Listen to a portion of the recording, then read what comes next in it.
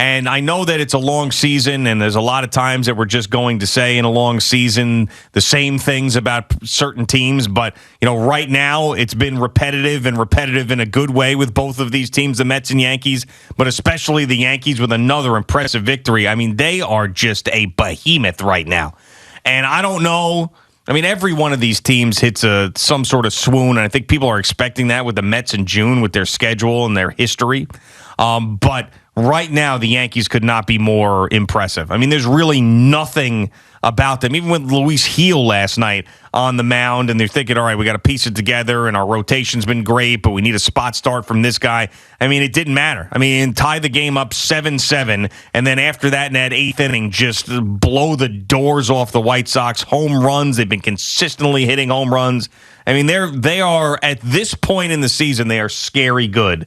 And God, I hope it continues for both of these teams. I really do, because if we're sitting in October with both of them playing well, that's going to be a tremendous thing for this city. And right now, I've been given no reason to believe that either one of them are going to completely fall off the face of the earth. Just got to stay healthy, keep it rolling. But the Yankees last night against the White Sox, I mean, that was a flex your muscles, in your face, knock a guy down, stand over him, and taunt them type of win. Well, and that's why when they do lose in the playoffs, you're almost surprised about it, because every year they're good. Every year they've got a great lineup. And I know the whole narrative about, hitting too many home runs and the offense then betrays them in the postseason. Last year you never felt like they were a great team. No, but they've always had really good players, and that's kind of my point. Like, you look at last night, and by the way, it was 90 degrees in Chicago last night. So, when I heard that on the broadcast, I was like, "What? Nuts!" Yeah.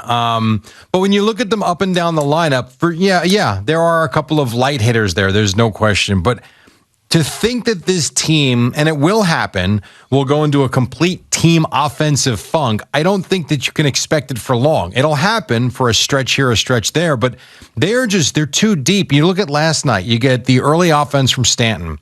You get Rizzo coming through at times. You had Donaldson late capping it with the home run. You had Judge hitting just a monster shot. The base running by Gleyber Torres on an infield ground ball where he scores from second. You don't see things like that.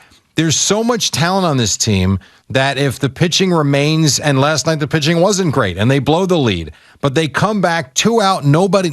I mean, think about this. There's nobody on base. There's 2 out, and the White Sox bullpen walk. Yep. Judge the ground ball. They score 2 runs on that, which is unbelievable. And now, all of a sudden, with 2 outs, you end up with a 7-run rally. It's just, you look at them, it's like, I would say, when you look up and down their lineup, where are the easy outs coming from? And there might be a couple here and there, but for the most part, when you go one, and Gallo might strike out a lot, I get it, but he's also a home run threat all the time.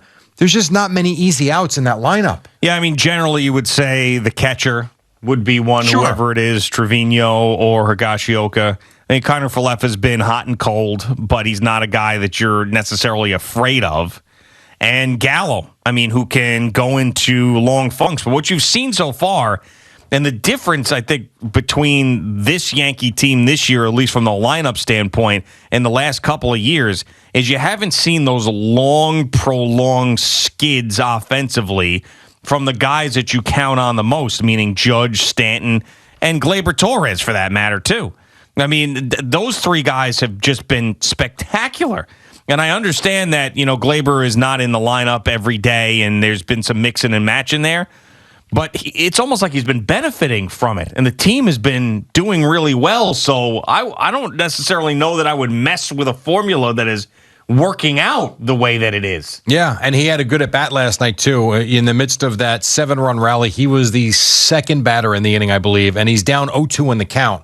And he winds up working out a walk, and he ends up scoring, as I say, on the ground ball by Judge. I think the 2 pieces that I look at in this lineup, why it's different, and I know they were here last year, but Rizzo and LeMahieu, they're just, when they come up, you're just looking for the base hit, and they can spray the ball to all parts of the field, as opposed to when Judge is a great hitter. But when Judge comes up, you look at his size. It looks like he's holding a cue stick in his hand. He's so big. And Stanton, the same thing. It looks like he's got that toothpick, too. You're looking for them to mash the ball. You got guys like LeMahieu and Rizzo. They're just baseball players. And then maybe that's what they've been missing for years and years. I don't know. To me, it seems like a well-balanced offensive lineup right now. And with the way, aside from last night, with the way they've pitched, they are going to win a lot of games this year, as they already have. Yeah, LeMahieu wasn't really himself last year. He never got back to that machine that he was the first year he was here. Every time he came up, you figured it didn't matter the situation. 2 strikes, 2 outs. Didn't matter. He was going to get a base hit. He was going to find a way to get a base hit. And that's what we learned to expect from him. And then you had the COVID year, and then last year, not as much. And then he seems to be getting back to that now. So, I mean, it's been, even when the Yankees have won the last couple of years, I mean, 2017 was a different story. That team was a lot of fun. That was a World Series type of team, for sure. That team was a lot of fun. But 18, 19, 20, 21, even when they were good, the only times that they were exciting was basically when guys were hurt and the other guys came up out of nowhere and carried the team for a couple of weeks. Yeah. That was the only time that they were exciting. Right now, this team is very, very exciting. Well, and that's been the one criticism I know you and I have had, too, for the last few years. They've been boring to watch because without the home run, they don't do a whole hell of a lot.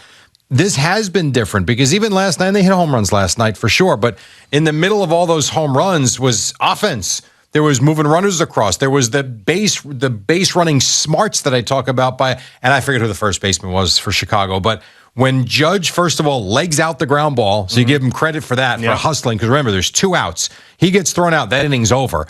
He legs out that infield single, which turns out to be a 2-run infield single. The first baseman is stunned that Torres, who is, I think it was Paul O'Neill says, Torres never stopped. Yeah. Like it was like slow roller. They're going to try and make the play at first. I'm scoring.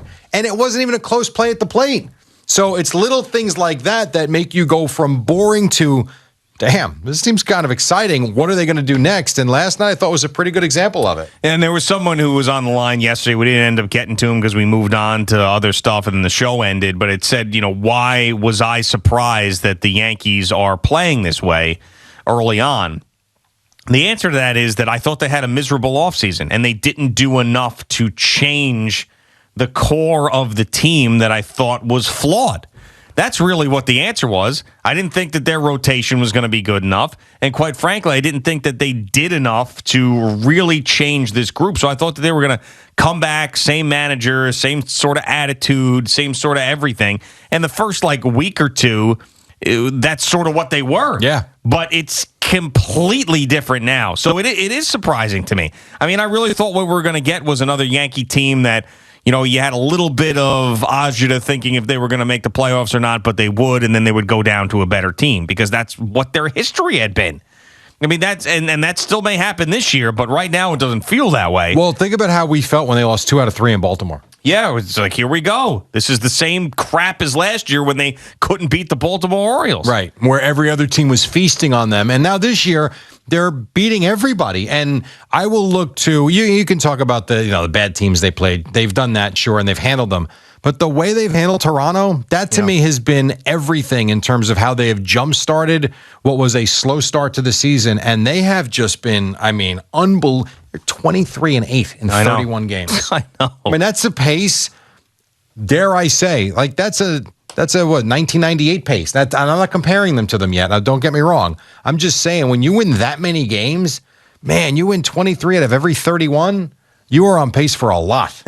Just because it's fun to do. Yeah. I want to now see what the 1998 New York Yankees were after 31 games. After 31 games. Maybe something if they were 23. I don't remember that season getting off to a great start either. I don't think that it did. Now that you mention that, I think you're right. I think they didn't get off to a great start, and then they ended up just going on a ridiculous run. Now, they won 114 games. Right, they went 125 with the playoffs. Yeah, so after 24-7 after 31 games. That's pretty close. Yeah. Now, did they stumble out of in the first weekend or something? They were 0-3. That's what it was. Then 1-4. So a bad first week, and then see ya. Yeah, basically, yeah. And then they ended up winning 7 in a row, and then another 6th 13 out of 14. And the Yankees won 10 in a row here. Yeah. Mm-hmm. That really got them off and running. Yeah, I mean, that team is always like the one that you look back on. And they had won a championship in 96. Sure. Went back to the playoffs in 97. I mean, they were obviously a juggernaut at this point, where this Yankee team has been disappointing the last couple of years. But they were 114 and 40. But you know what's so interesting? If you look at that team, that lineup-wise, 98 compared to this lineup, you've got, and I'll just mention four guys. You've got Judge, we know what he is. Mm-hmm. You've got Stanton, we know what he is. You've got LeMahieu, who was a batting champ before he came here, so we know how good he is. And you've got I just think Rizzo is just a damn good baseball player. Yeah. Just those four, before I say anybody else, that's a pretty good four comparative to what I'm sure the top four in the Yankees was in 98. Yeah, it's really just the consistency of Judge and Stanton. Those are the things. Definitely. And it's not only when they're healthy, it's also keeping them healthy. I mean, that is a big part of it, because those guys they can smack an 0 for 23 on you at any point. And start striking out left and right. Strikeouts. Yes. That's the problem. But that hasn't been the case so far this year. The two of them have been relatively consistent. Judge struggled a little bit in the beginning, and we were talking about the contract and all that. But he has been awesome ever since. And Stanton's been pretty consistent this year.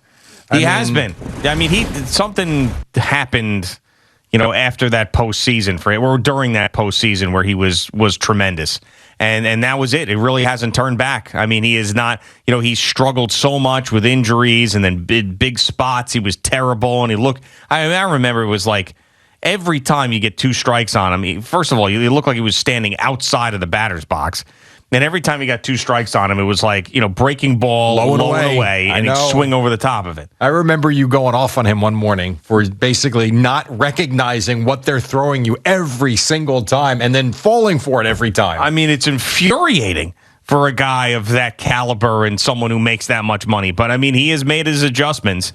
And he is a big part of this team that is, the best team in baseball right now. No, they are. And, the Mets are 22-11. And right now, as I said to CeeLo before, they'd be a couple of games out. They'd be what? Yeah. They'd be 3 games out or 2.5, something like that? I think it's 2.5, yeah. And 22-11, that's no small feat either through the first 33 games. Oh, man. Imagine best record in the American League, best record in the National League, juggernauts on a collision course. Who would have thunk it here in New York, right? Yeah, I mean, I know that both teams had expectations, but the way that we have seen all local teams fail on epic levels over the last couple of years, yeah. I'm trying to think. So I know the Brewers are really good. So the Brewers are 20-12, and the Dodgers 20-10. So percentage-wise, they're even with LA, but they've got the 2 more wins. So yeah, I mean, you can certainly make the case. Best record, best team in the American League, best team in the National League here in New York. I'm going to do another thing that's ridiculous. 1986 Mets after. Oh, gosh. Well, they got off to a bad start, too. Remember that first weekend? I remember the video, the highlight video or the season recap video. Yeah. The season to remember or whatever it was. Yeah. And that got off to a shaky start. And then I think they had a winning streak, too. That kind of catapulted them. All right, let's see. Schedule and results. I don't think they got swept. Maybe they lost 2 out of 3 the first weekend. I forget. And I think they went 108-54. Yeah, they did. No, they actually, they started off, let's see, after 31 games, they 22-9. So right there. So there you go. There, if you want to really believe with both of these teams, we went back They're pretty close to reference points of the best teams in respect that we can remember of both these franchises, the 98 Yanks and the 86 Mets. Glory days. The glory. And both of them were pretty damn good after 31 games. And very comparable record-wise to where they are right now. Yeah. I mean, both teams were slightly better, the championship teams, but right there. So, I mean, maybe that is enough of a sample size, right? Mets right now with a 6.5 game lead, and the Yankees right now with a 4.5 game lead. Yeah. It's going to be harder for the Yankees than the Mets if, in fact, the Phillies continue to throw up on themselves. Exactly. And then you have a division where the Braves just haven't found it yet. So who knows? We'll see. Thank you for watching. Please like, comment, and subscribe. And don't forget to hit the red bell so you're notified when we have new content.